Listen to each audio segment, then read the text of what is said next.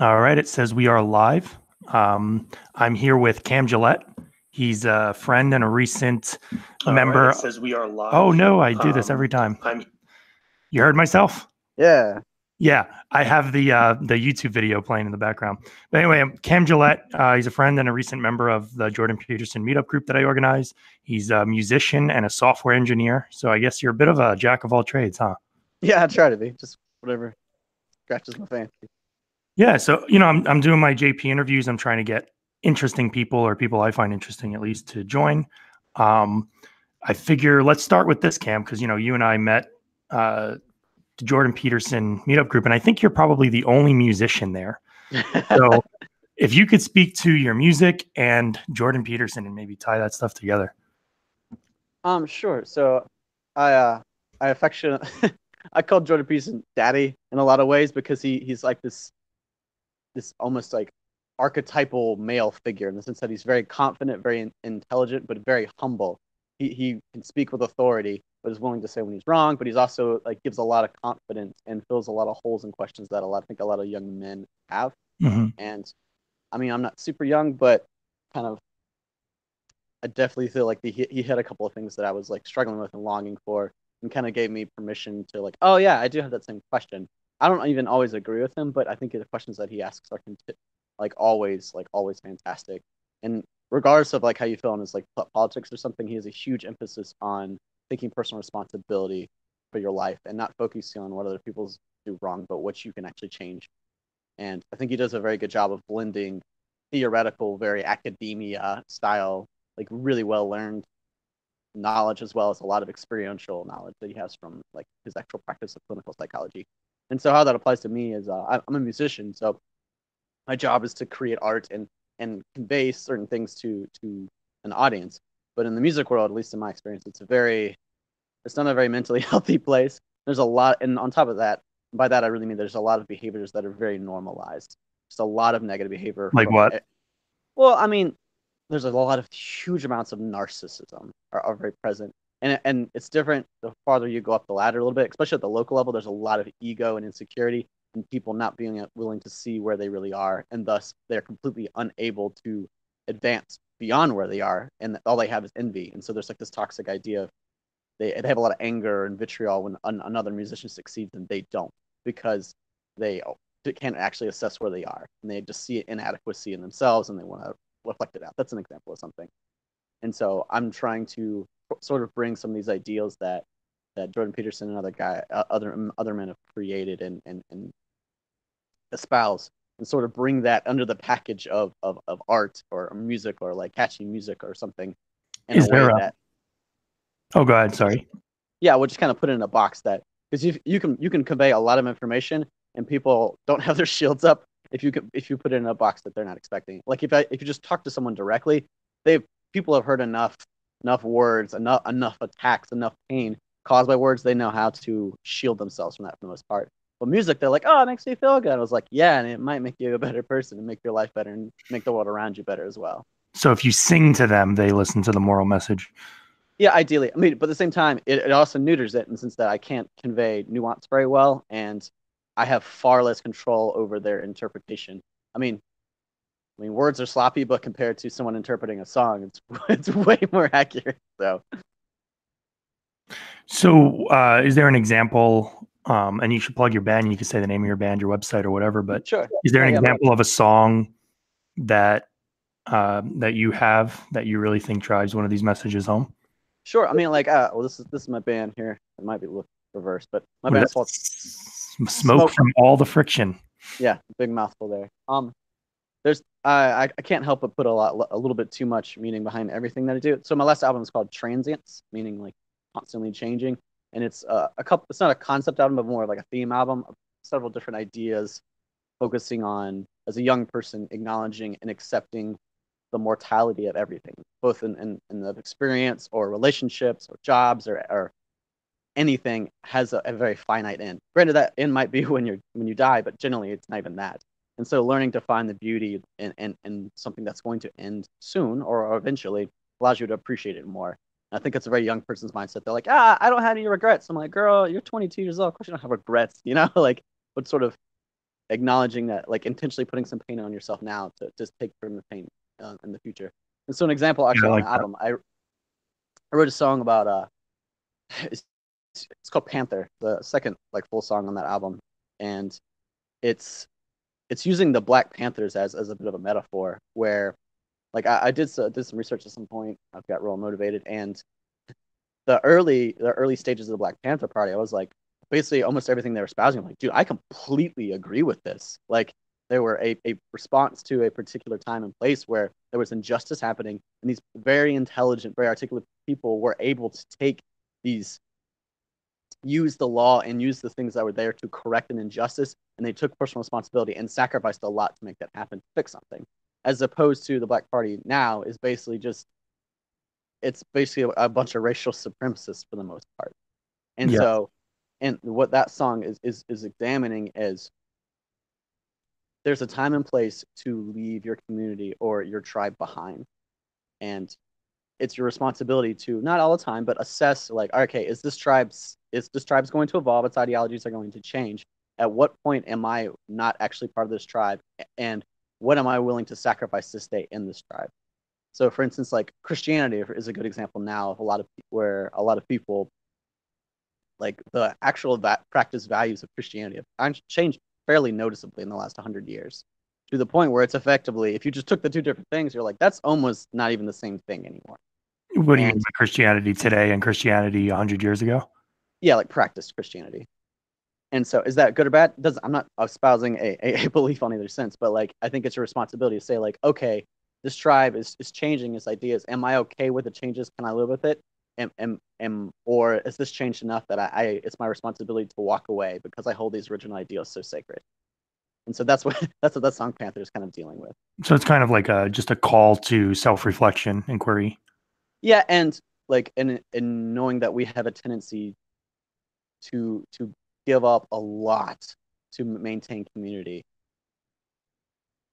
Yeah, I guess, or even in another way, it's like not knowing how to let go of one thing, but Yeah, then like losing pretty much because everything. it's a known loss because you may never have the same kind of community later. You know, you may be tribalist for a while, but it's almost your responsibility to yourself and to that tribe. Because if you're in that tribe and you really are not fully invested in it, you're just kind of there for the communal reasons. You taint the ideologies of that tribe as well as ends, which I think kind of happened in Christianity in some ways. They made it so accessible, like everybody's welcome, to the point where it doesn't even really mean that much anymore. Yeah, that's interesting. And I've heard interesting criticisms about, they say the reason libertarians never win elections is because they're, well, if you're a libertarian, it's like you're too individual. It's hard to collectivize, but Hmm. uh, I don't know. I see something similar there with Christianity, where like at least the Peterson approach to Christianity is very much about individualism, carrying your own burden. Yeah, So I find it I find it interesting that they can collect. I guess that's the role of the church, right? I mean, I think there's a lot of historicity and why it used to work. I mean, I'm not a religious scholar here, but I grew up very religious, and so it's like I'm in a weird place where I've knowingly and walked away from it, saying like, hey, I hold this sacred enough that I know I'm not willing to practice the values here, but I still hold it sacred. But I'm going to leave. And that's like kind of a weird place because most people who leave the church are very like, it's stupid. Basically saying I A lot of got hurt. Yeah, and I'm like, I'm going to blame this entire, like everything about this is bad because organized religion is bad. I was like, that's ignorant, and you're just projecting your own feelings on something. And like, and I mean, all God and truth aside from this, like I could make a huge defense why Christianity has been a wonderful, or not wonderful, beneficial thing for the world. You know, And would you I have read. made that case even before finding Jordan Peterson, or is that Oh, something absolutely. Peterson Like influenced? that was definitely a personal journey of mine. I mean, because Jordan Peterson's like, don't do something because of me. It's like I'm like the horrible reason to do it. You know, he's like, Oh because yeah, you're gonna have to live with the responsibility of the decision. I don't. He's like, I don't even know you. Like, I can tell you what to do, but I don't have to live with the consequences of you following it. This is all of your burden, no matter what. So yeah. So shifting gears a little bit, you're also a software engineer. yeah. So you've got a lot of talents. What kind of software engineering do you do? Right now, I mean, whatever people pay you is the real answer. I'm a consultant. What's your expertise? Are you full stack? I'm mostly like I do mostly work in web right now. I'm mostly like web backend. I work in Adobe has this CMS called AEM, and it's a bit of a niche market in America. So riding that bubble till it shrinks. Gotcha. How long you been doing that for? Software development in general? I don't know, since college. So a while. Yeah, I love it. It's very Cool. I mean, to me, it's a very much similar to my music. It's an expression, like knowing. I mean, to create art. Art is never. This was a quote. Art is never finished. It's only abandoned. Code is never finished. Yeah. It's only abandoned. Oh, God. I mean, No, don't say that. but it's the same thing. You have limited resources, you have limited time. You can't make the perfect creation, and at some point you have to ship it, and you have to learn. It's not good enough, but it's satisfactory. And learning how to be at peace with that and really focus on what's most important, which I think is a great metaphor for life. Because like you have finite resources to do everything. If you're in leadership, you have finite resources to run a company or a country or something. And learning how to prioritize and own from the beginning, knowing that like, hey, we can't do everything and certain things are going to fall through. And that's unfortunate, but that's what we got, you know? Yeah, you got to ship something that people want. If you, what is it? What is the phrase? Paralysis by analysis. If Yeah. you spend too much time, oh, it's not perfect. It's not perfect. And it's like 8 years later and you haven't launched it. I worked at a company that I think it was Klinkle. I don't think it matters now. They went under, and it was like one of the largest seed fundings ever, $25 million. And it was like 4 or 5 years later, and there was still no product. Oh wow. Yeah. At least not in the public. We had a beta. That was it. So I'm interested. So where did you grow up? Did you grow up out here in North Carolina? In North Carolina. Okay. I was actually grew up pretty, I wouldn't say sheltered, but kind of sheltered. Like not intentionally. Like nobody sheltered me. I just was sheltered. Were you? Like nobody put me in a box. Were you like in your room playing with Legos, sheltered? Oh yes, that too. But I mean, I was homeschooled, which already has like a sense of like isolation. And I started going to college pretty early, which sounds like it would be a non-sheltering thing, but I didn't live at school, so I was like at least 2 years, like 16. Cool. And so basically, I was young, like socially, because I didn't go to public school, and then I went into a place where I was young age-wise. So I was basically like 4 years behind development minimum from everybody, and so that kind of created this like dissonance of like I didn't know I was like too advanced in some ways and too behind in others. Yeah, so how were you academically? I'm a very good engineer, so I learned how to make good grades. I mean, a good engineer is like, nice. I mean, people say like, cheating's wrong. I'm like, dude, if by cheating you're able to make your goals happen, then you should cheat. Like, there's no rules in life, you know? If you're willing to, like, no matter what it is, if by studying a lot you make the best grades, you should study a lot. If by doing X, if by whatever means possible you make the things happen that you want to make happen, you should. So you identify the game and then win it. Oh, hold on, my battery's dying. Uh-oh. He said his Let me switch real quick. What are you switching over to? So we have an intermission. Let's see the live chat. Hunter says, "What's up, John? How's it going, man?" Dan, what did you say you were saving? Cam must have said something that you grokked with. What did he say? What is the goal for life? What boundary restrictions? All that. All right. Can you hear me now? I can hear you fine. I kept the crowd entertained during the intermission. I hope. Oh, analysis paralysis. Yeah. Yeah, it's a good, but it's true. It's very, I feel like everybody's suffered from it where you're analyzing so much that you actually get no work done. So I got the chat talking to us. We got Dan, who's from the group, and Hunter. I don't know if you've met Hunter. I think you've met Dan. Is that right, Cam? Maybe. I remember 0 people's names, so. No. I could describe them, but then I'm like afraid that I don't describe them to their liking, you know? I mean, but like it's the 2 really cool guys in the group. Oh, okay. Yeah, you know them. I mean, but when it comes to analysis first I see this more prevalent in music, but I still see it in my software development friends too. There's a why are you constantly analyzing? Why can't you just release something that's good enough? You know, and a lot of them is because they want to see themselves as better than they are, and so there's a huge personal like admission of inadequacy. I mean, that's like I said, it's far more prevalent in music, but these guys are like, I'm just gonna keep working on it, keep working on this. One's like, well, it's not as good as I want. It's like maybe that's as good as you are right now, you know.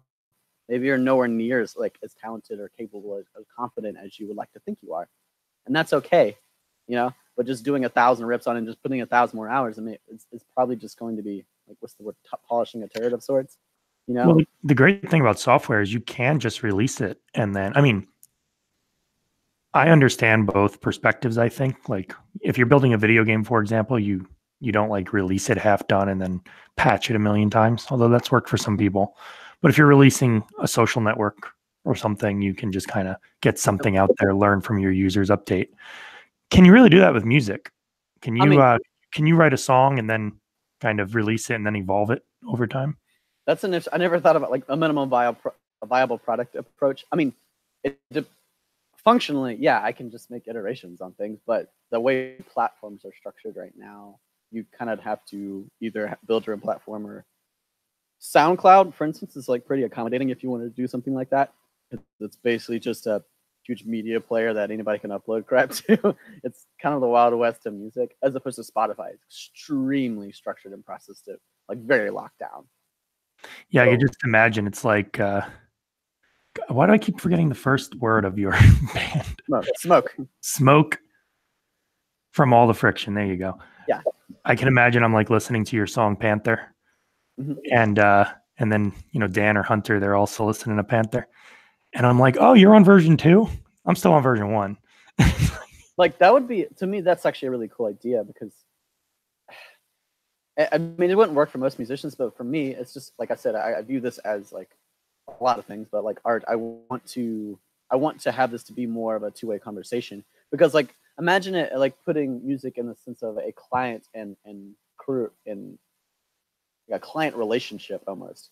Because what the thing is, like, when you start a new project with a client, you say that the client says like, hey, I kind of want these fuzzy things, maybe kind of, I want it to be good. And then the developer's like, all right, well, I'm going to interpret what you said into these concrete items, you know? And then you kind of go back and forth and you build like requirements, and then you build the product. And inevitably the client was like, oh, I kind of want something a little different. Can you change this and this and this? But it's like that constant, like an agile workflow. And so what if, as an artist, you're like, hey, I'm trying to communicate these ideas in the best way to you guys, in the best way that I'm capable of doing it. And so you're kind of delivering those things, and they can give you not QA, but kind of QA and be the client at the same time.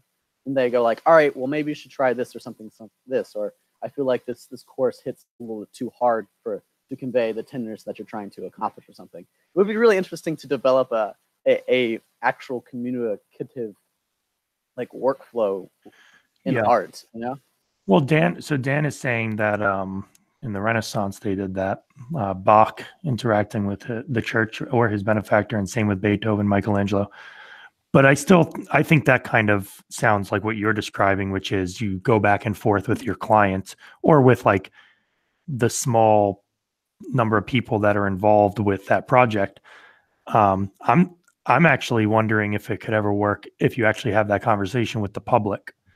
So, I mean, I think it'd have to be very, very neutered, in the sense that I mean, I don't think it'd be like, hey, what do you guys want? It's not quite like no, I kind of mean like this. So you release your album, people around the whole world are listening to it, or whole country, mm-hmm. and you're getting feedback. And one of the songs that meant something to you, people weren't really digging. So on a future album, you re-release the song with maybe slightly different progressions, an extra instrument or something, some lyric changes, and you call it version 2 on a future album. You could even actually that's so the way Spotify and those guys, they've heavily emphasized new music right now, and they like basically would rather you release 10 singles than an album. Like, that's just kind of how they work. Right? Oh, interesting. Yeah. Are you on Spotify? Yeah. I mean, I'm on iTunes. I'll have to download it. all the things. And so what if you could do this? So let's say taking that like pseudo single model. So you have like your 4 singles. Let's say you have an album of 10 songs, right? So you have the 4 singles, and you release those one at a time. And because there's only one at a time, you can kind of draw emphasis saying like, hey, you can express your intention. You can express the frame of what you were trying to accomplish. And then like you get a lot of feedback on that. And then you can go back and make those tweaks to a certain extent. And then when you release the final album, it's an updated version of that single. Nice. Yeah, that would be cool. That's a great. I might do that. There you go. Look, we're making I really might do that. Man. Oh, that's awesome. Because like I've had friends or like musician friends, they'll like finish their complete album and they'll send it to me like, "Hey, what do you think?" I'm like, "I'm not gonna critique your album. It's done. Like, I'm not gonna like give you any recommendations here. Like, you can't change it now. You've wore the CD." But they could learn something for their next album. Yeah, but I think that idea of they should have asked me when it was a sloppy scratch track. I see. Yeah. They should have had a code review like a long time ago, you know? Yeah, it's like they merged the code in and then asked for a peer review. Yeah, no, that's the perfect analogy. Yeah. And I love that. But at the same token, like code reviews are terrifying, especially if you're like, you've never had very many of them. Like a code review where someone looks at every single character that you wrote and changed and tells you everything, why you're horrible, but effectively, you know? Yeah. I mean, for me, they're terrifying through proxy. I don't really care because like I don't mind now, but I did early on. But I did have one experience where there was a piece of code that I was not going to change. I was like, no, I think it's right the way it is. You know, it was a style choice. Sure. And me and my coworker, we were both very adamant about our position. Like he wanted to remove literally a line of code. No, he wanted to add a line of code that was a no-op basically, and I wanted to not have it because I thought it hurt the code base. And you know, we were both trying to future-proof it was the thing. Yeah. And long story short, I was not going to change it, and he was not going to approve it. So I told him, "How about this? You can go in and make the change, and I will not. I won't stop you. Like I won't even change it back or anything. At least you know, because I probably won't have to touch this code in a while. But I don't feel like I should make it because I think this is wrong." He didn't make the change. He just let me push my change through. So it was more important, and this is an interesting thing, I think, in code review, and I wonder if it would translate into the music industry. It was more important to him that I make the change than the change actually being made. And that was fascinating. Yeah, that is, I mean, I think there's like, I think code, because it's business, probably has a lot more healthy mindsets on. I mean, obviously when you get into the more like deeper like pop studio world, like it becomes a lot more engineer-like. Oh yeah, it's like to a formula, right? Yeah, I mean, it's just like people come like, hey, this is what's trending, and we need to make this, you know? And that's fine. Like people criticize that a lot. It was like, that doesn't mean it's not really impressive and not really difficult. If it's like heartless and artless, I mean, I guess I could see that argument. Heartless and artless, I like that one. Dan, you got to write these down. he's taking some words, and that rhymed. By the way, because I listened to like a song or two of yours, and I don't know if it's representative of the genre. What is the genre of your band? You ready? So, in 4 words, it's moody pop with industrial undertones. That's 5 words. Moody pop with industrial undertones. Yeah. If you could call it whatever you wanted, what would you call it? I wouldn't call it anything. I don't like talking about that part of it. Do you is it all electronic, or what instruments do you play? I mean, it's got a nice mix. I really appreciate. I mean, it kind of goes into like more of a philosophical approach to me. People criticize technology a lot, and that's been happening in human history forever. Like people have this like technology is bad, like social media is bad, cars are bad. Like they're destroying this, they're breaking this, they're causing this problems. Like technology is not bad. It comes with consequences, and not using it comes with consequences either. And often it's not even the technology, it's our use of the technology. Social media by its own design can completely facilitate you being far more social and having a far more communal experience with other people. You just don't use it that way. That's not the platform nor the technology's fault. You know? And so the same thing with, and music is definitely the same way. A lot of electronic music was birthed out of a bunch of people who wanted to make dance music for the most part, and were not good musicians. They didn't really understand like the actual technicalities of theory and everything. They just want to make cool beats to go dance with their friends at at raves. You know, that's kind of where like mainstream electronic came from. And people are like, oh, that's wrong. That's not right. It's like, no, it's fine. But a lot of people use like I would say technology and technological advancements in music as a crutch, as opposed to as a tool. And I think it's just same thing with like social media. Like people use these things as a crutch instead of a tool. And so as long as you can, technology is not bad. It's all on how you use it.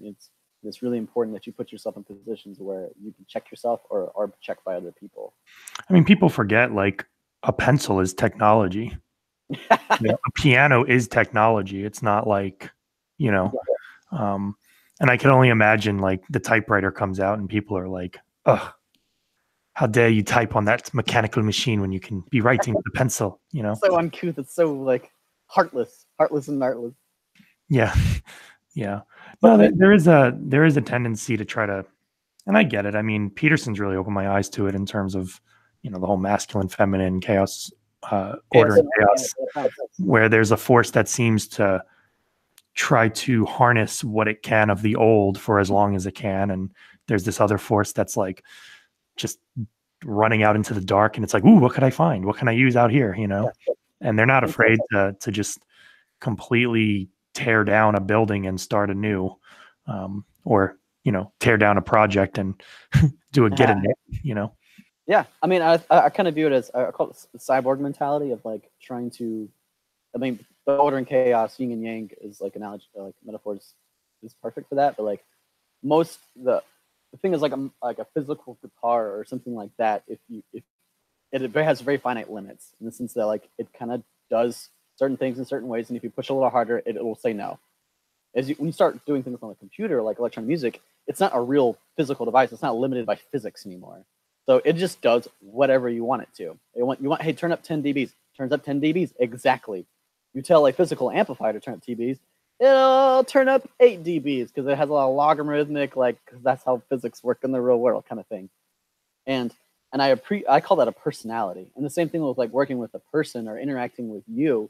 As like we're dancing and you and I are modifying our communication style alive in this conversation right now because you have a personality.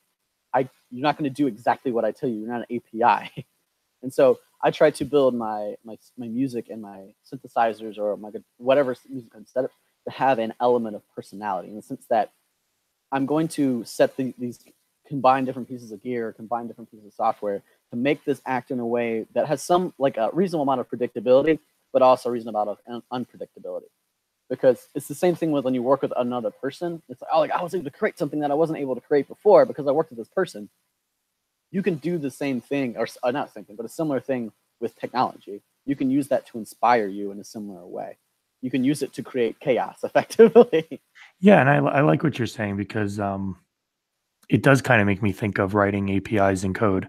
I think a good API is opinionated, or as you put it, has a personality. Mm-hmm. If your API just lets you do anything and everything, and therefore that includes breaking it, it's probably not a great. Well, I don't know. It depends on who you are, So I tend to try to write code so that you can use it in very simplistic ways and it works, or you can like lift the hood and go under it and do it the old way. But yeah, that's really interesting. And I wonder, like, because I've thought about this and I'm curious your opinion. As we live in a world where we are interfacing a lot with pieces of technology that you can just tell what to do and it does it, does that maybe have some sort of psychological effect on how we interact with others? I mean, I certainly think so. I mean, it's other humans are such a good check and balance because like ideas and mentalities, like we're so dumb. Like there's parts of us that are so intelligent. Speak for yourself. Well, the parts of us are so intelligent and so like capable of change and just amazing. But the majority of what actually runs our day to day is a pretty dumb system. Like it's just a big database of stored procedures for the most part. Like, and Yeah. I mean, I can't, like, I'm going to weirdly loop this into like a free speech argument here, but it's the idea of, I think these things need to be expressed, and humans will check you, and as soon as you express other things to humans, they'll tell you if they think you're wrong or not, even if they shouldn't, like even if they're wrong, but it gives you incentive to take those things out of the stored procedure, out of the automated process mentality, and reassess them in a new way where you are now.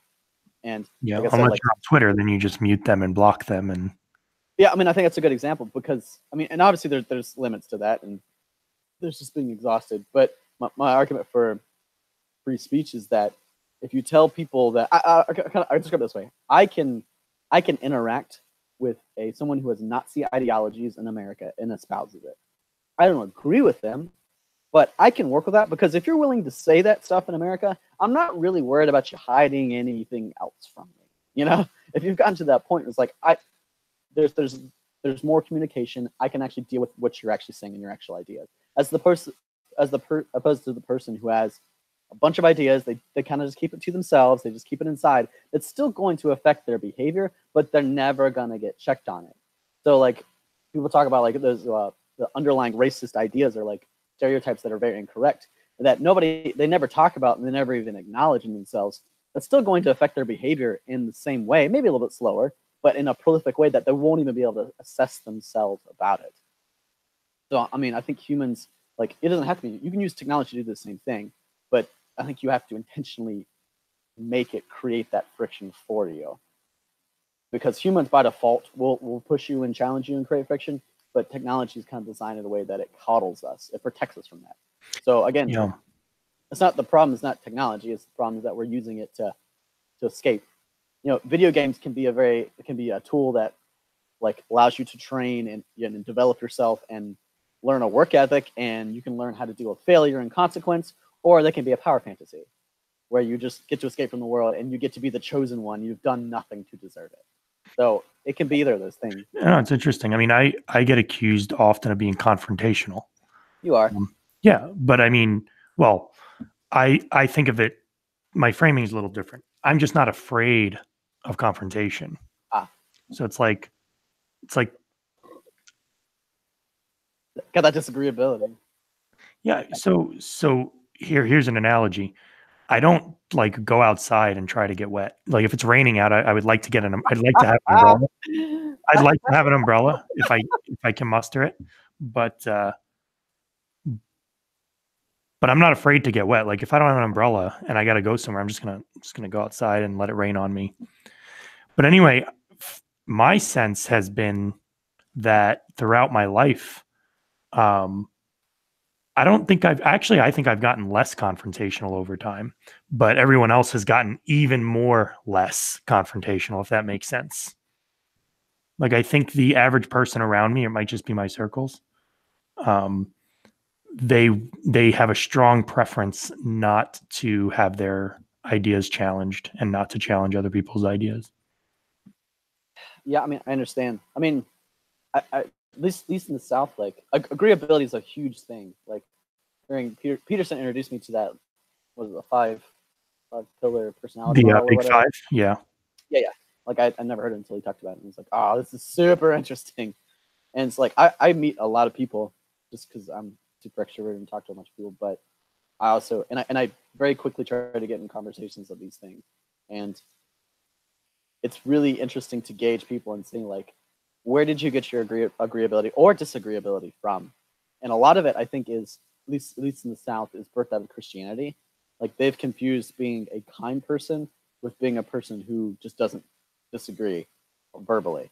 They're not the same thing. They look at first glance, they look like the same thing, but a genuinely kind person is like, this is an outflow of the heart. They're not just doing it to avoid conflict, you know? Yeah, I think Peterson says something similar about somebody who can't do harm isn't nice. Yes. Similar to that. I mean, and I like the critique of the nice guys are like, I hit this point where it's like, I am fine someone describing me as nice, but if the first adjective that you think of to describe me is nice, I need to develop myself a lot more. Like I'm scared of that. It could be the top 10. I'm fine with that, but but like if that's the most prolific thing, I'm like that is a cop out, and I've failed because it is super easy to look nice to the world around you. You know. What if one of the top adjectives is like dick or asshole? I can work with that. That's probably accurate, but that's better than nice. I mean, as long as neither of those are first, I'm okay with it. I'm just trying to see where you put nice in terms of rank ordering. I mean, it's just like I think you described it is how you describe it is the most important. It's not any one of these particular characteristics. It's why, and are you a nice person because you genuinely want to create harmony in the world? Or are you a nice person because of conflict went bad when you were in middle school and you haven't addressed it since? You know, those are two very different things, and they look pretty similar, but one of them is, I think, a beneficial thing for the world and yourself, and one of them is not helpful and perhaps detrimental.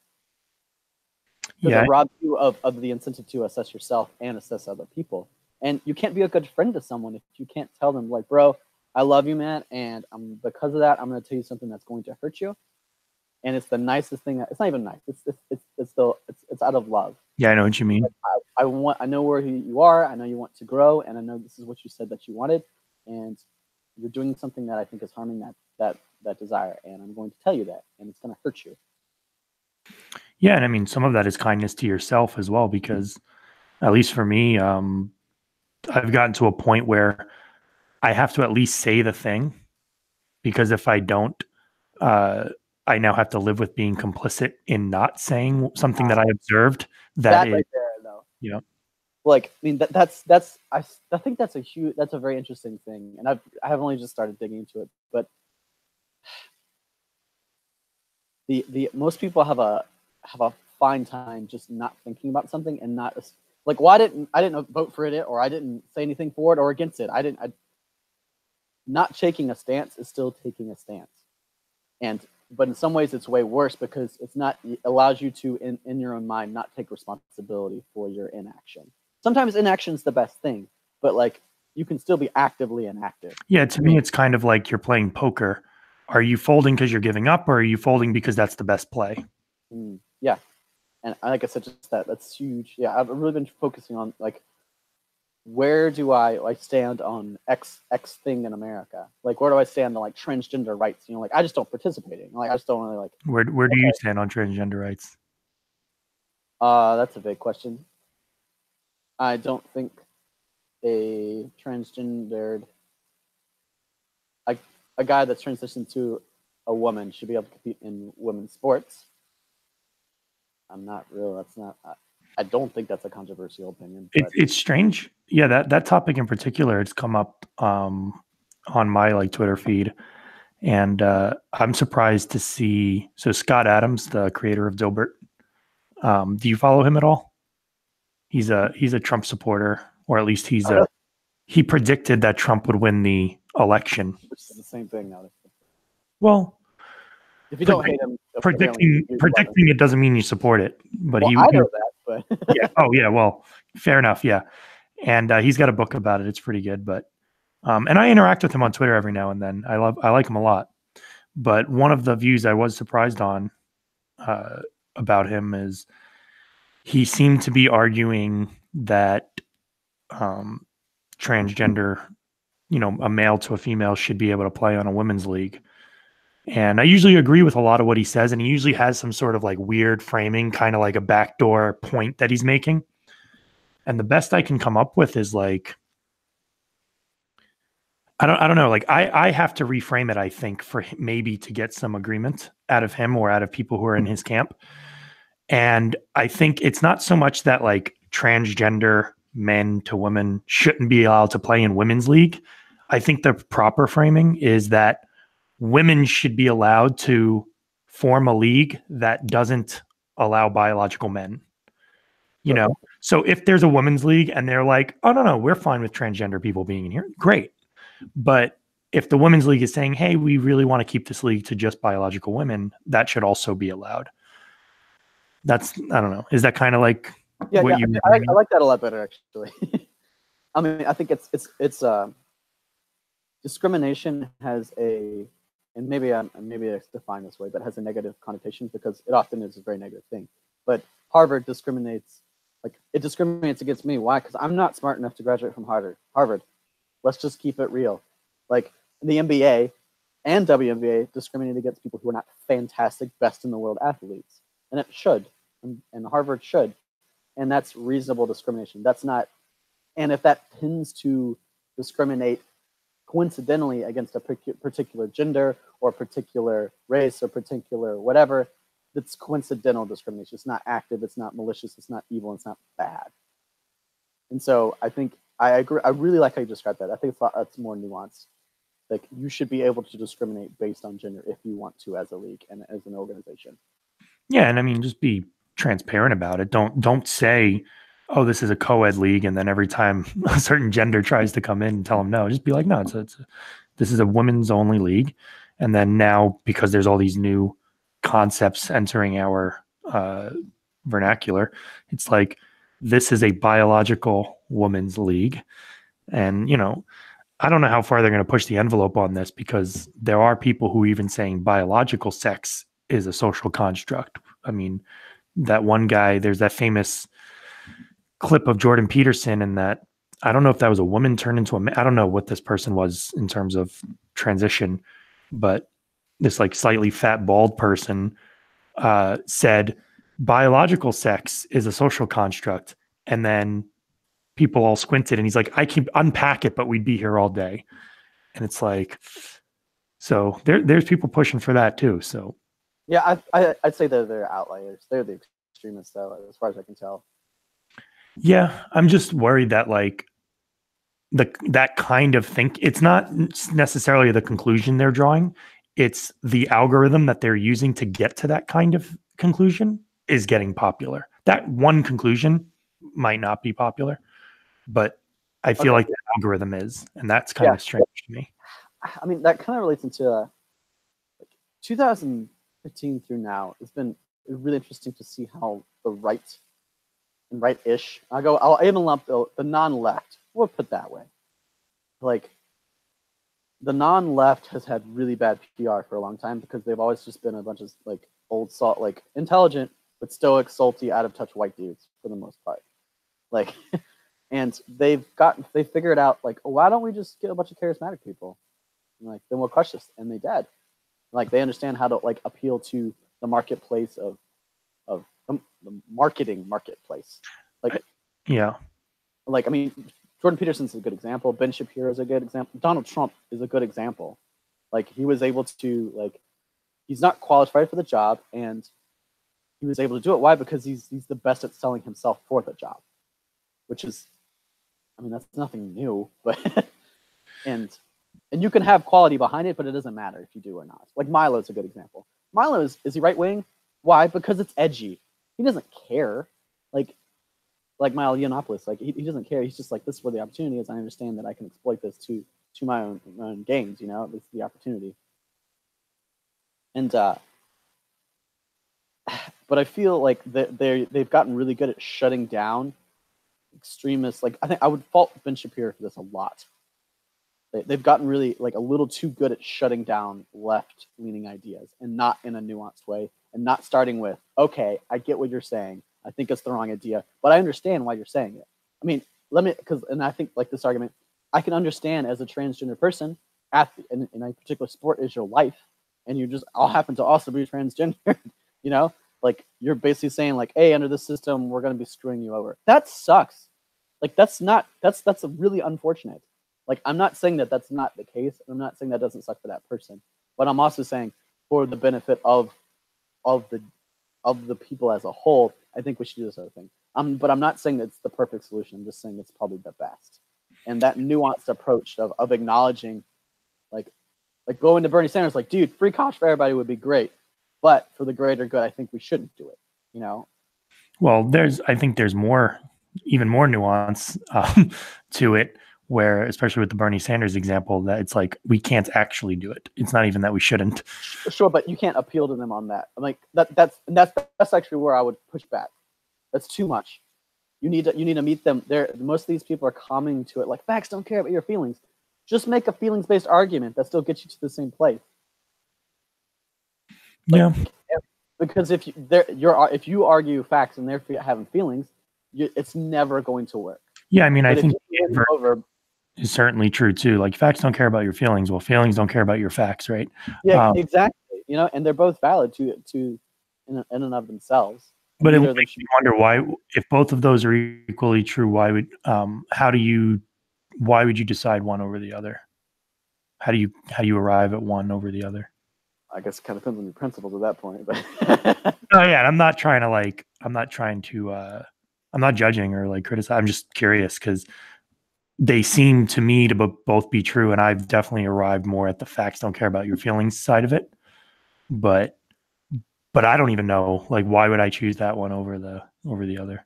I think genetically I'm a very impulsive, emotion-driven person, and then I worked for a really, really long time to completely crush and squash any ounce of emotion-driven decision making in my life, and try to become a completely stoic person. And so I'm at this weird thing where I'm like kind of trying to like let go of the steering wheel and see where I end up in the spectrum, because I feel like I've tasted both and I've seen the benefits and to Are some you degree, letting Jesus take the wheel? something like that. Yeah, I don't know about that, but maybe No. Ayn Rand or something. But Ayn Rand's taking the wheel. Cool. yeah, it's a little less. Didn't chart as well on the Billboard hits there, but like that idea of I kind of fault the right for not having some level of understanding, at least in acknowledgement of people's feelings and how this is going to be experienced. And you don't even have to, like I said, like a lot of people, it's very I don't know, stripping yourself of agency.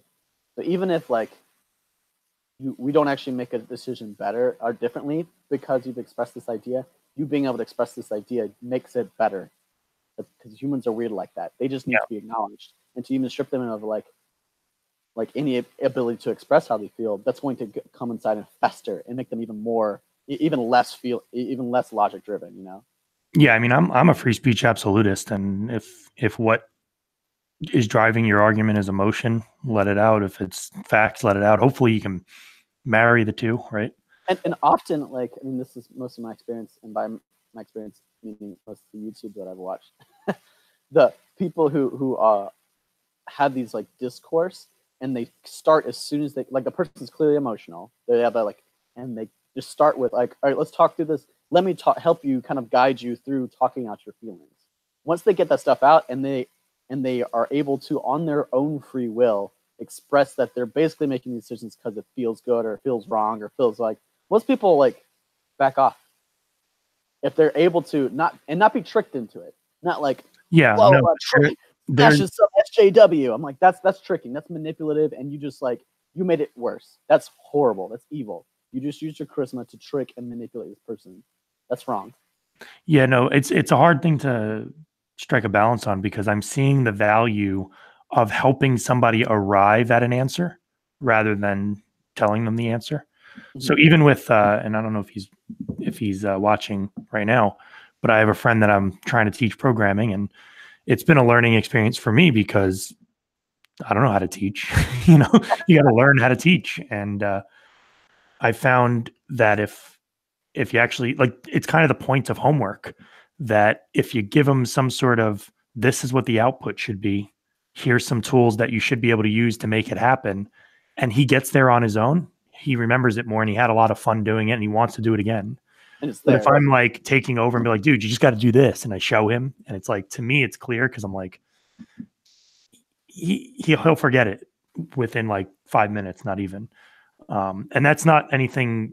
I'm not saying anything bad about him. I'm just saying I'm realizing that if you're truly going to teach somebody, you got to kind of like lead them and let them kind of arrive to the answer. Yeah, absolutely, yeah. Because like, if they don't, I think there's a lot of reasons. I'm not a psychologist on this, but like, I mean, I think there's also a part of this definitely applies to teaching is the iterative approach. Like, you may be here and you're trying to like kind of talk to this person to get here, but if they're back here, your goal needs to be just to take them one step. You know, maybe you just need to give them permission to assess the fact that this is what they're doing. But like, okay, you're actually gonna be discussing free college, but if they're now to the point of assessing their own ideologies from an objective standpoint and taking responsibility for it, you can't have the free college discussion at all. You can kind of masquerade with it, but it's like I kind of like really focus on trying to as much lead people or inspire people to see where they're not taking responsibility and not taking ownership. Because like, if there's not a couple of like foundational blocks to it, then you can't have discourse at all. And most people don't have those foundational blocks because they've never been taught, or they've never been useful to them. So yeah, there was something you said before that I wanted to touch back on, and correct me if I like do a bad job paraphrasing, but you had said like over the last decade or so, the right has become, I guess, less boring and more punk. I honestly think though, that part of the reason for that is because I'm coming across these like videos from the 90s of people like Peter Thiel. Ever familiar with Peter Thiel? He's a conservative tech guy. He's gay too, and he supports Donald Trump. But he was in the 90s talking about postmodernism and talking about what's going on in the universities. He's famous for like paying people to not go to college. Like he instead like funds them, gives them like $100,000, helps them start a company or whatever. But anyway, he was talking about all this stuff in the 90s, and I was young, so maybe it was popular. I don't know. But I imagine it wasn't as popular because a lot of what he was saying was all kind of dancing to a point that most people just already agreed with. So I think conservatives of the 90s and maybe earlier, 90% of what they said was just common sense. And then like the rest of it was kind of fringe and crazy, you know? So all you ever really paid attention to was like the crazy guy telling you that Pokemon is of the demon, right? If you remember that. I don't know. I wasn't allowed to have Pokemon cards. Yeah, my Pokemon cards were taken away from me because of that shit. I found them in my neighborhood one time. I was like, oh, what was that? What'd you say? I found some in my neighborhood when I was like 8 or whatever. Yeah. Oh, I gotta go show my mom these. Like, she won't like this. Oh, like you actually like were like turning them into your mom as like yeah. Like, I found them one time. That's funny. But yeah, so it's like if like most of the things people say, or like a group of people say, is common sense, and then you know the only people speaking out of that, or most of them, are like kind of on the far end, I think you don't really think of that group as punk, because like I think it was the liberals who were really doing a lot of edgy things for the time, like gay rights and racial things and all this stuff that we're not used to having to confront, where the conservatives were like, oh, you should take care of your family and you should get a job. And it's like, yeah, everybody, that's what America's built on. Long-term fiscal policy, like but now that it's gone so far the other way, all you have to do is say, hey, you should take care of your family and get a job. And people are like, what? They're like, I didn't grow up in a family. I don't want kids. How dare you discriminate against my So they think that by saying things like, start a family, that you're being kind of outrageous. So start a family is now punk. Don't have sex until you're married is punk. I mean, it's principled living is punk. Because I think you're exactly what it is. Like, we went from a comparatively like quite conservative, I don't mean politically, but like mentality, like if you're not sure if you should do it, you probably shouldn't do it, to everything, whatever you want to do, everything is fine, it's totally good. Yeah. Except now we're like, well, it's kind of contrarian on that. So, and now we're like, wait a second, that was too much. Like, I don't know how much we should dial it back and where we should dial it back, but we need to find some way to dial it back. And I think that's why, like Peterson mentions this too. He's just like, I'm not saying anything new. His first rule is stand up like straight with your shoulders back. Ooh, how many men have been told that in American history? Like, yeah. But he does it in a way that, first of all, it hasn't been said in the public eye in a while, and so it's a little bit controversial. And he gives it, and he says it in a way and speaks it the language that makes it relevant now. So the message itself, the market's hungry for, and at its root, and he packages it in something that makes it even more desirable. Yeah, and it's interesting to me because I feel Peterson and a lot of people, a lot of conservatives are taking the more libertarian approach, and they're not saying we should enforce laws. Just from my Sorry, what do you mean by that? what do you mean by a libertarian approach? Just for when I'm just saying the libertarian approach, I am kind of just using it as a live and let live kind of attitude. Okay. That's what I mean, at least in this context. Okay. So, like, or I'll elaborate. What I don't think Peterson is doing is saying you should force other people to put their shoulders back and stand up straight and make their bed and sort themselves out. He's only saying that you should do it. Like, and I'm not going to make you do it, but maybe you should consider making you do it. Which is very different than the conservatives of times past, where, we've all watched Footloose, right? And, the kind of person who not only is telling you, oh, maybe this music isn't great for you, but they're willing to impose that, impose some sort of force around it and stop you from dancing. Use dancing as a metaphor for pretty much anything that's kind of fun and chaotic. Peterson obviously talks against some of these things. I've seen him do a talk on like porn addiction, right? And it's like, maybe don't engage in porn all the time. That's not necessarily a healthy thing. He's not coming into your bedroom and unplugging your internet. He's just offering some considerations. And he does it in a way that I find very, very few people are able to do, though. In the sense that, like, I'm not going to tell you to do this. I'm going to give you the conclusion that's this long, and then I'm going to give you the why that's a year long. And he's like, and it's just his conclusions are always little bite-sized things. Oh, like effectively always. And he's able to own the responsibility of telling you to do this, but also not kind of dance the centrist argument of like the Joel Osteens, where they kind of just say nothing.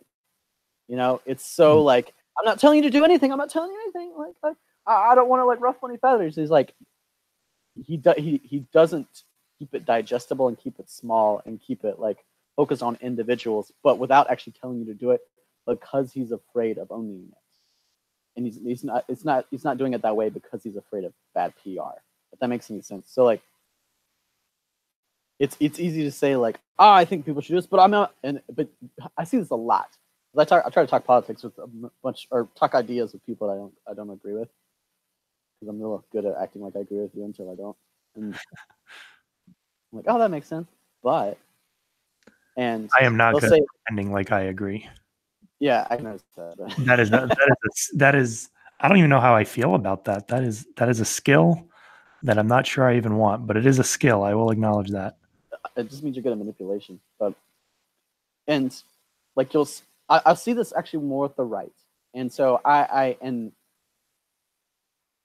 let's take the refugee crisis as an example. So like the Mediterranean Sea refugee crisis, right? All right. So they're destroying these refugees are coming into Europe and destroying Europe culture. Okay, is that fairly reasonable to say? Sure, they're bringing like millions of people, and these people statistically breed far quicker than people that are currently in Europe. And at this rate of influx, they will take over in X amount of years and become a majority of the population in X time. Is that like a statistical prediction that's reasonable? Yes. Okay. So a very conservative-minded person doesn't want to change, wants the culture to stay the same. They're like, and they don't want to lose the culture. Okay, that makes sense. And like, they should stop those refugees from coming in. It's like, okay, so you think that they should stop that. Are you willing to be the guy that stands on the shore and that boat comes up filled with 100 human beings and you say, no, you can't be here. And those 100 human beings say, hey, we have a 30% chance of dying because you're going to send us back. Are you willing to let us have a 30% chance of dying that you caused? I wouldn't let them in for free. But I mean, like, it kind of has to be that simple, though. They can't afford it. They can't respond. I know, but I mean, but I would say you would too much trouble. But I might offer them some sort of something that could be analogous to indentured servitude. Like, yeah, you can in this country. But the biggest thing is you are willing to own the responsibility of these things, these ideas, your ideas and ideologies having effects on real human people, because you've analyzed them enough to say like, hey, people are going to get hurt by no matter what you do or don't do. We're just trying to create the optimum solution for the most amount of people. and I'm going to probably prioritize my own tribe. And that you're intelligent enough, you've worked through most of your ideologies to the point where you can do that. It's not fun, it's painful, it's horrible. They're like, hey, do I want this tragedy or this hell? Like, that's basically what it is.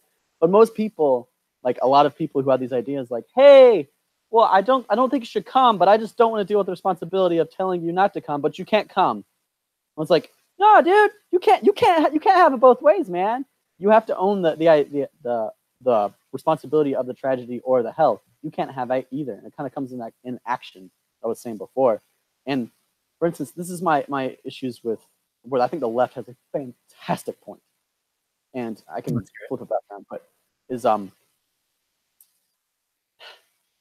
they hate Mexicans. I was like, yeah, a lot of right people stupidly, ignorantly hate Mexicans.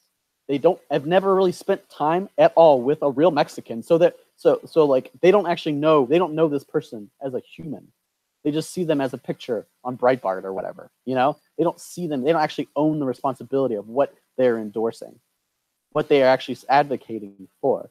They're saying like they don't see them as a human, so they're able to de-individuate the responsibility of it. In the same token, like some New York City like highfalutin person who's never actually interacted with a real like backwoods Southerner, they make all these comments and they're able to chastise and attack these people and like. Let's be real, it's the other way around too. Yeah, so yeah, that's what I'm saying about New Yorkers and Mexicans say it about Americans. Yeah, but I'm saying the bigger idea is that neither is willing to really embrace and realize that and try to see the other party as humans and own that responsibility. Have you seen The Watchmen? No, I haven't seen that yet. I want to. All right, well, I'll try not to spoil it too much. But there's this scene at the end where they meet the antagonist of the movie, and he's basically going to like destroy the world because that's what antagonists do in superhero movies. But in his like lair, he just has like 50 TV screens of humanity. And they're like, why do you have all these TV screens of humanity? They're like, because like I want to see every human's face. I want to know all these people as humans and owned, and so I'm completely sure and know exactly what I'm doing before I do this thing. And I'm still gonna do it, but like he completely owns the like actual full responsibility of the effects these decisions have on other humans. And, oh, God. I mean that's the main thing. Yeah. I don't think it's that people don't see Mexicans as humans. And I know what you mean. I know you don't mean that literally. I think you're just saying it's like they seem as less human, or that's the word we're using to capture like the way you and I might see each other because we actually look alike and we hung out, and you know what I mean? And I've never hung out with somebody actually like not only from Mexico, but in Mexico. Mm-hmm. But you made a point earlier about whether or not somebody's culture is or isn't being destroyed. And I think, what if part of that culture is, what if a country or some portion of the country has a culture that directly is the, not inclination, but you know what I mean, the propensity, whatever, to maintain a boundary? Then almost by its very nature of not letting them maintain that boundary, you're already destroying the culture. You get what I'm saying? So there's the worry that in a couple generations, these people will outbreed the original people and then destroy the culture. But I actually think there's something to be said about the letting people break through the boundary at all, or losing control of your boundary, being the point where you actually lose your culture, because that. I was just trying to use that as an example. I'm not trying to advocate in this. It's more of, I feel like people don't actually own the full individual responsibility of their ideologies in this case. No, and so I agree with that both ways. I really understand the hardship that you're, by blocking this Mexican family from coming over. Are you aware of the hardship that you're basically endorsing? That you are effectively the cause of? Yeah, I think the framing I would use is, I wouldn't own that because that's not how I see it. The way I would see it is, they have hardships that they are responsible for, and they're asking me for help, but I'm saying no. Like, yeah. I don't see myself, I'm not endorsing their hardships. I don't they don't need to be having hardships. They could build America and Mexico for all I care, and they can have a great country if they want. Yeah, but you have the power to, again, what you think that you're keeping, like what you're gaining, is you think is worth more than what they're gaining. I think I'm actually robbing them of something if I'm just giving them, like, I'm not saying we should never practice empathy and, you know, try to help people, but the algorithm seems to be, if somebody is crying, is in pain, is a victim, everyone else should just take responsibility for them. And I think if we can just shift more towards, okay, cool, we're in a position to take responsibility for them, but that includes teaching them how to take responsibility for themselves, I'd be open to that. I could see us letting twice the amount of immigrants in, for example, if part of that meant we have a way to put them on a fast track to self-responsibility. But we don't. We seem to only have a way to fast track them into welfare. And then I have to pay for that too. And it's just like compounding punishments for people who are forced to take responsibility for these individuals when the individuals could have been taking responsibility for themselves. Mm-hmm. Yeah, I guess I'm a bit maybe ideologically masochistic in this way, but have you seen World War Z? No, God, we got to just go to the movies together. So I'm just gonna stream. I'm just gonna stream these best bits. But effectively, like, the world's taken over by zombies and everything, and there's the only country that survives, like one of the very few, is Israel. Because what they do is they build a wall. They just build a wall around Jerusalem. It's like 60-foot walls, just, and then they have extremely, like, and if you don't make the cut, boom, they basically kill you or kick you out. And it's a very, very hard, like, extremely, like, dogmatic mindset on the thing. But there's also a reason why they were the only country that survived, you know, because they were willing to sacrifice and be the bad guy to get what they needed done. And I think that's where I come to the biggest thing to Jordan Peterson. Well, Israel in that example was Noah, basically. While everyone else was fucking around, he was building an ark. Well, more of Noah on the, actually, yeah, it's a good example because they actually do it beforehand. But Noah, at the point where they kind of just gloss over this in the Old Testament because it's not really meant to be a storybook. But basically, they're like, "Hey, Noah, let us in." He's like, "Nah, bitches. Like, God, you should have listened to me before." And he has to, like, watch those people die that he could save. Why? And why is he doing it? Because, like, this is what's best, and I believe this is best, and I'm going to follow my principles, even though it is very painful. And I'm not going to sacrifice the long-term principles and the beauty of these things to make myself feel better in the short term. Yeah, and I think the idea is, because I don't take the stories in the Bible as, like, accounts of history, nor do I even take them as, like, literal. Like, God didn't say, you build this ark. I think, for me, the moral of the story is Noah was so in touch with reality that he was able to listen to it and understand that a storm was coming. And he prepared for this terrible future. And in doing so, he survived. And he was the only one following God. Nobody else in that. I think, for me, what I take out of it is, if everyone was following God, they would have all built arks and they would have all survived. But the thing is, it's not just following God. It's following God independent of the cultural cost. Because it's culturally convenient to be a Christian, for the most part around Rome here, though most people are Christians, or a lot of people are Christians. And as soon as it's not, most of them won't be. Are you this thing because it's a reasonably pragmatic thing to do? Or are you this thing because it's what you deeply believe in it, and are you willing to sacrifice and do love it? He loved his belief in God so deeply that he was willing to become an insane, like, be treated as an insane person. Like, you're nuts, dude. You're crazy. I'm sure, and, like, I'm sure his family paid for it too. Like, that's kind of where I come to. I mean, but see, what you pay for living a very principled life is that you're going to be the Nazi soldier, or you're going to be the Noah. And that's what a principled person can become. They follow these things so deeply, sometimes a bit independent, knowingly independent of the cultural approval, because they have such deep convictions. But it also allows you to become a despot. But it also allows you to become like the savior, effectively. And so, what do you think the delta is then between those two things? Like, where do you think Noah went right and Nazis went wrong, kind of thing? I don't think you can tell until. Okay, so I heard this quote on Bumble. It was, I don't know, a girl's Bumble profile. On Bumble? Yeah, it was like, dude, okay, let me keep it real. About 99% of, I mean, it's just from guy to girl. These girls just all look the same. Like, they have the same thing on every. I'm like, guys, there's nothing to work with here. Oh my goodness. But this girl basically said that it's impossible to live without the regrets, and to try to live without regrets will cause you to have even deeper regrets.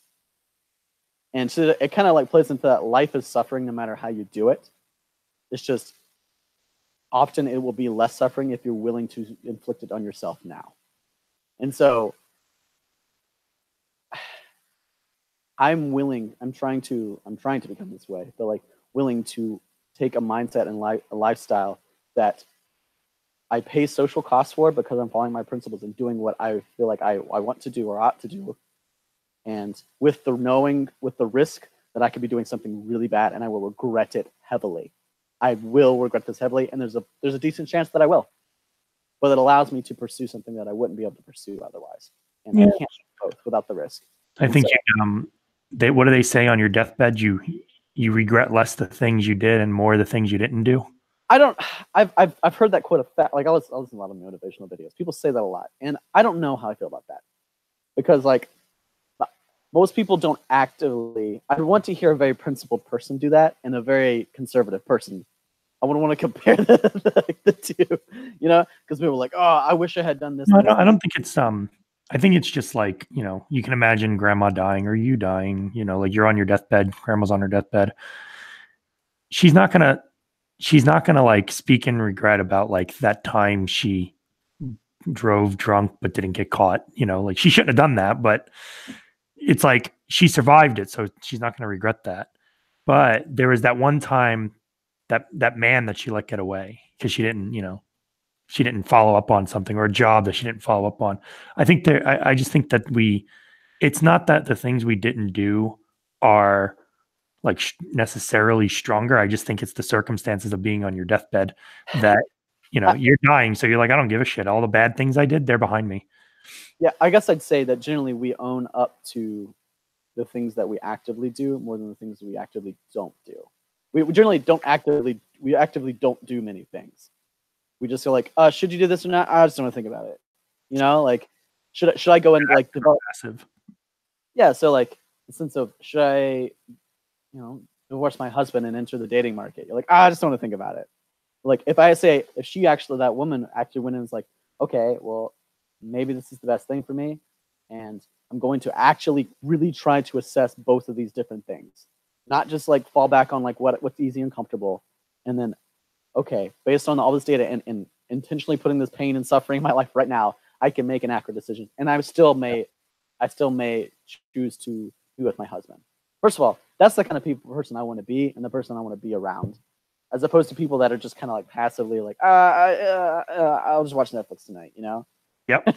No, yeah. And the thing, I don't mind so much the passive kind of person, like, or the neutral person is a word we used earlier, but like most people, it's weird to me if you're neutral and opinionated.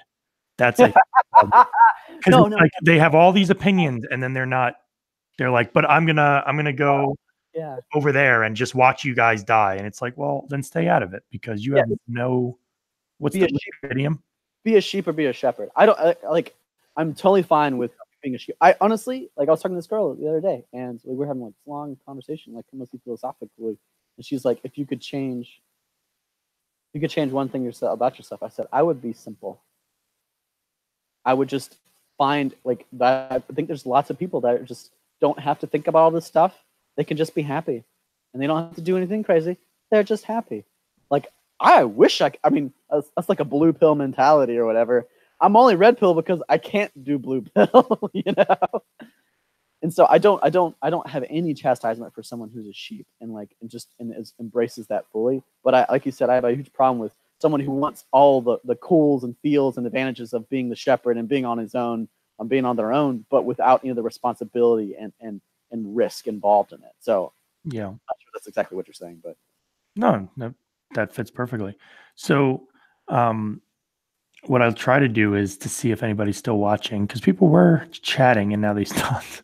But if you guys have questions, anything that's come up, because Dan said something not globally optimal, but I don't know what that was in response to, because there's a delay. oh yeah, Not always clear to me. But if you have a question for me, Cam, both of us, certainly ask it. And I guess in wrapping up, while we wait for questions, if they even come in, imagine you were giving like a talk to a bunch of new college grads. What's like just one or two like most important things that you want to convey to them?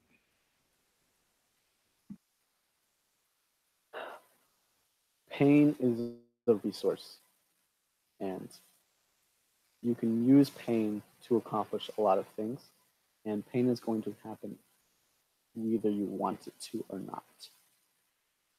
And there's certain things that can only be gained through pain. And there's certain pleasures and satisfactions and validations that are only available through pain. And things, it doesn't even matter what your destination is often. If you arrive to that place through actively spending pain and sacrificing for it, humans tend to love that place and are proud of it, independent of where it even actually is. Yeah. Yeah, it's interesting to me that a lot of the people, there are a lot of people I know who say they want to be happy. They even say things like happiness is the ultimate goal, like everybody's trying to be happy. And they're usually like the avoid pain kind of people. And then the people I know who are actually happy aren't happy all the time, but like, if happy was if they had a climate, their climate would be happy, but the weather might not always be. And they're the first to embrace pain. They're like, oh yeah, you got to suffer. Like nothing you could do about it. It's like trying to fight gravity. It's like, why would, it's like literally impossible. So you might as well learn how to use it to your advantage. Yeah. I'll just leave it at that. Like keep it simple. But yeah, you are definitely, you say a lot more with less words than I do.